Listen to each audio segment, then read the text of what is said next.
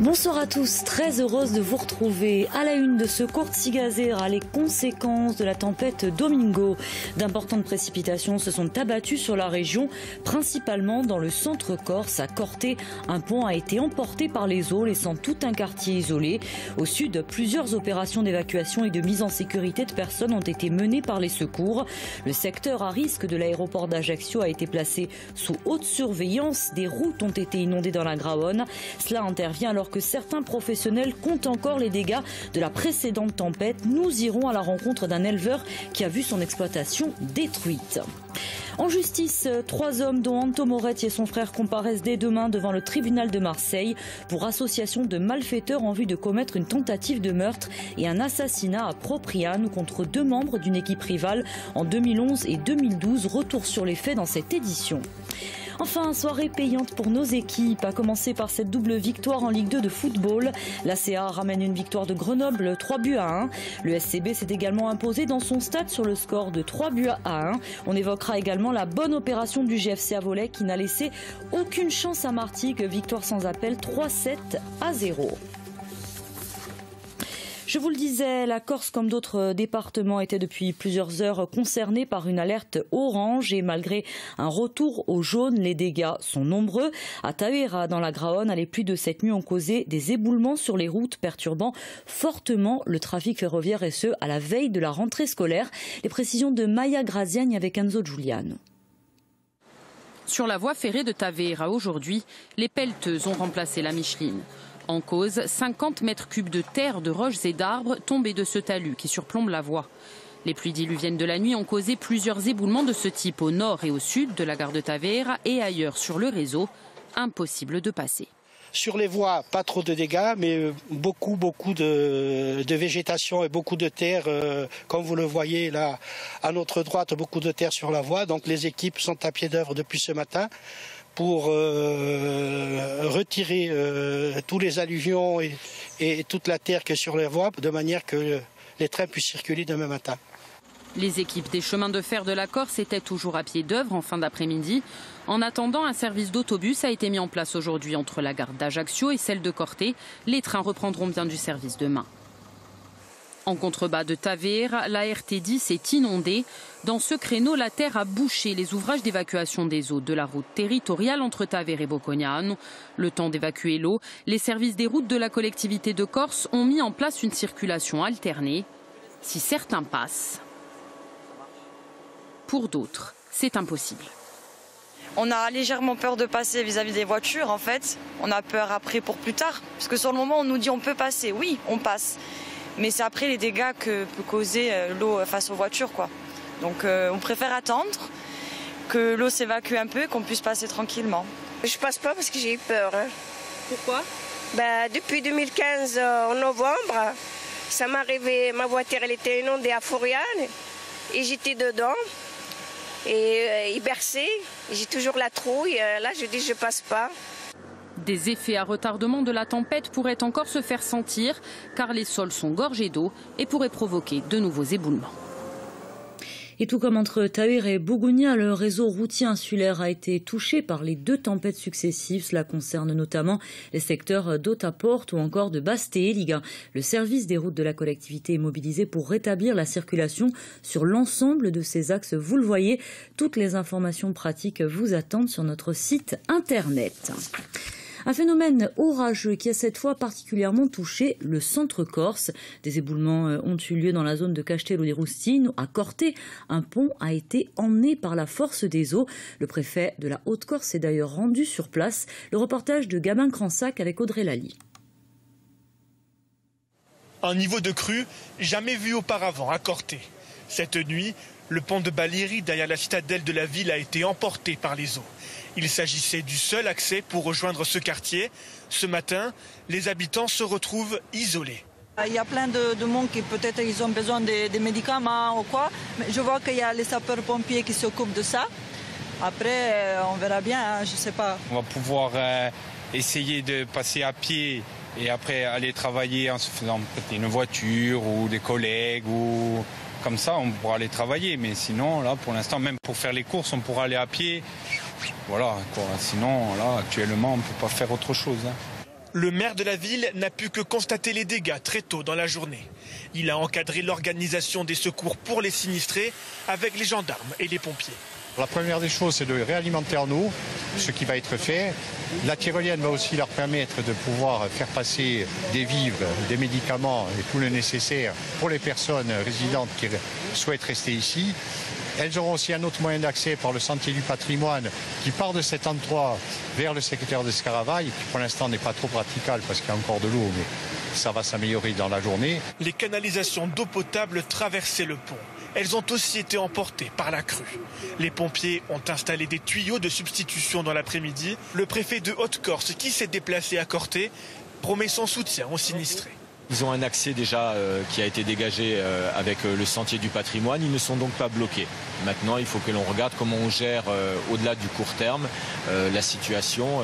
Et là, on va faire le point avec toutes les autorités, y compris la collectivité de Corse qui gère la partie routière, pour voir quelle est la solution pérenne que l'on peut mettre en place et dans quel délai. Avant la tempête Domingos de cette nuit, l'autre tempête, Ciaran, a causé de lourds dégâts dans la vallée de la Restonica vendredi. Le pont de Tragone a aussi cédé face au débit de la rivière. En aval, cet hôtel a été inondé dans la nuit de la crue. Le propriétaire fait l'état des lieux du sinistre. C'était cataclysmique. Ça, c'est dedans. Avec des arbres entiers. Donc la chose que vous avez là, c'est toute cette accumulation de branches, de boue, d'écorce, de sable, de terre. Tout est rentré dedans. C'était entièrement envahi. Et l'eau a traversé complètement l'établissement pour sortir par la porte d'entrée, en charriant en passant tout le mobilier, tout était à l'extérieur. Sur ces images, le croisement de deux rivières. À droite, le Tavignano, marron, rempli de boue. À gauche, la Restonica, blanche comme lessivée. Son fond a été raclé, fragilisant les berges et le maintien des arbres. Et pour mieux comprendre ces phénomènes, l'hydrobiologiste Antoine Orsini nous a accordé un entretien. Il répond à Maya Graziani et Enzo Giuliano. Regardez. Bonjour, alors oui, nous nous trouvons ici à la confluence entre la Restonica et le Tavignano. Nous sommes avec Antoine Orsini. Antoine Orsini, bonjour, vous êtes hydrologue. Les deux fleuves qui sont derrière nous sont entrés en crue ces derniers jours. Est-ce que c'est commun ? Alors, on a des crues à 3 ou 4 mètres tous les ans. Mais là, on est dans des crues exceptionnelles puisqu'on a atteint 6 mètres de hauteur. 6 mètres, c'est quand même deux étages. Voilà. Donc, ce qui n'est pas commun, c'est la fréquence de ces deux crues, puisqu'on a eu le 2 et le 5, des crues qui ont théoriquement un retour de 10 ans. Une crue qui arrive tous les 10 ans. Cette crue, au lieu d'arriver une fois tous les 10 ans, elle arrive 2 fois en 4 jours. 2 ponts tombés aussi, et ça aussi c'est presque historique. Alors oui, c'est historique, ce sont des ponts qui datent du début du XXe siècle, 1950, et qui en ont vu passer des crues, y compris le pont de Balire, où en 1976, quand il y a eu 7 morts, l'eau était passée sur le pont, mais il n'avait pas été emporté. Et là, donc, le pont a été emporté, ce qui est un miracle ou une catastrophe. Autre question, parce qu'en ce moment, au niveau météorologique, on a l'impression vraiment que tout est très localisé à des endroits très violents, mais très localisés. Comment ça s'explique ? Alors, aujourd'hui, le problème, le moteur de ces précipitations exceptionnelles est très localisé, dans le haut des bassins versants. C'est la température de la mer. Il faut aller chercher le moteur dans la température de la mer, où on a toujours une Méditerranée à 21 degrés. Donc on a des précipitations exceptionnelles où on peut avoir jusqu'à 200 mm. 200 mm, c'est 200 litres par mètre carré, mais c'est surtout, au niveau de la Restonica, c'est peut-être 10 millions de mètres cubes qui descendent d'un coup. Alors justement, la Restonica, la prise d'eau de la Restonica qui alimente la ville de Corté en eau a été endommagée. Vous travaillez sur la réparation en ce moment ? Alors le maire et ses équipes et le directeur de la régie travaillent en ce moment pour réparer. Mais on a, comme on fait depuis le problème que nous avons réglé en faisant des forages dans le Batavignano, on anticipe, c'est-à-dire on a fermé toutes les vannes. Heureusement qu'on a fermé les vannes. Alors on l'a compris, les travaux ne se feront pas tout de suite, mais il va falloir les faire rapidement puisque, je le rappelle, les étudiants font leur rentrée demain à Corté. Et à Ajaccio, où le risque vague-submersion était particulièrement important, plusieurs mesures de sécurité ont été mises en place. L'aéroport, secteur particulièrement inondable, a été placé sous haute surveillance. Et compte tenu des conditions météorologiques dans l'île, mais également sur la moitié nord du pays, quelques retards ont été enregistrés sur le trafic aérien. Et puis un autre cours d'eau s'est déchaîné sous l'influence de la tempête, le Golu, qui est sorti de son lit, causant des inondations. Calvin, un jeune homme, a subi de lourds dégâts dans son habitation. Je vous propose de l'écouter. Il était au micro de Maya Graziani et Enzo Giuliano. Mon frère qui s'est réveillé, vu lui qui dort sur le canapé, il s'est senti flotter et il m'a réveillé. J'ai mis le pied dans l'eau, on a vu qu'il y avait de l'eau et on n'a pas cherché à comprendre. On est sorti directement par la fenêtre et on est réveillé en catastrophe, quoi. La propriétaire va faire le nécessaire pour restaurer un maximum les lieux, pour pouvoir habiter dedans plus vite et après on fera marcher les assurances pour faire rembourser tout ce qu'on peut. À Coro et Chicasuarela, la population est toujours privée d'eau après la rupture du captage alimentant les deux villages durant les intempéries de vendredi. Des bouteilles d'eau, vous le voyez, sont mises à disposition des populations, comme ici à Coro. En attendant la mise en place d'une pompe, la sécurité civile assure temporairement le pompage qui doit permettre le retour progressif de l'eau pour les 1500 habitants concernés. Pascal Leccia, le maire de Coro, est au micro de Mathias Landry. La difficulté que l'on a aujourd'hui, c'est que la route d'accès pour accéder au captage principal est détériorée. Le pont, un des ponts qui nous permet d'accéder, menace de s'effondrer à tout moment. Et les deux autres accès, sur une piste DFCI, les ponts ont été emportés. Donc voilà, la situation est préoccupante, mais nous avons trouvé une solution temporaire alternative pour nous permettre de réalimenter la station de traitement des eaux. Et alors que Domingo vient de passer, on compte encore les dégâts de la tempête Ciarán. Ils ont été conséquents dans la vallée d'Otaporte. Un éleveur a vu l'ensemble de sa porcherie détruite. Ces bêtes se sont échappées dans la montagne. Une cagnotte en ligne a été lancée en soutien. Les précisions de Lisa Gamonet et Stéphane Lapera. 10 ans de travail anéantis, des bêtes qui ne reconnaissent plus rien. Sur 250 cochons, quelques-uns reviennent à la recherche de leurs abris. Sur ces terres, il y a seulement quelques jours, se tenait une porcherie. Regardez la force de la terre et de l'eau, ce que ça a fait. En revenant sur leur exploitation, les Aquaviva ne s'attendaient pas à un tel désastre. Les clôtures arrachées, détruits, hachés, les ruisseaux. De l'eau, il en est arrivé de partout. En 2 heures, ce petit ruisseau s'est transformé en torrent, détruisant tout sur son passage.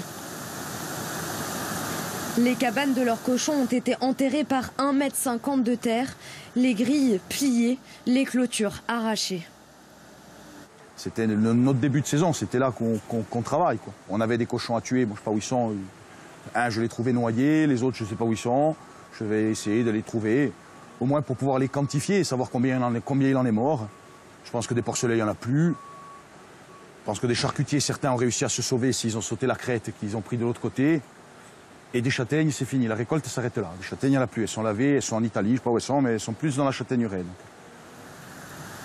Un coup de massue pour ces agriculteurs qui ont pu compter sur le soutien de leur entourage. On repart de zéro. Alors, ce qui fait plaisir, c'est le côté, comment dire, de se dire qu'il y a encore des valeurs, qu'il y a encore un peuple corse capable de se mobiliser. Voilà. Peut-être qu'on en profite, c'est le moment de remercier les gens, de tous les amis ou les anonymes, bien entendu les amis proches, qui se sont mobilisés, qui trouvent des solutions, qui vont monter me donner un coup de main, qui vont essayer de trouver du matériel. Ça fait plaisir. Les institutions, l'Audarc qui a appelé tout de suite, je ne vais pas tous les citer, mais il y a quand même des institutions, des parlementaires qui m'ont appelé pour me soutenir, pour me demander ce dont j'avais besoin. Pour les soutenir, justement, leurs amis ont lancé une cagnotte en ligne. Une aide symbolique mais précieuse en attendant la reconnaissance de catastrophes naturelles.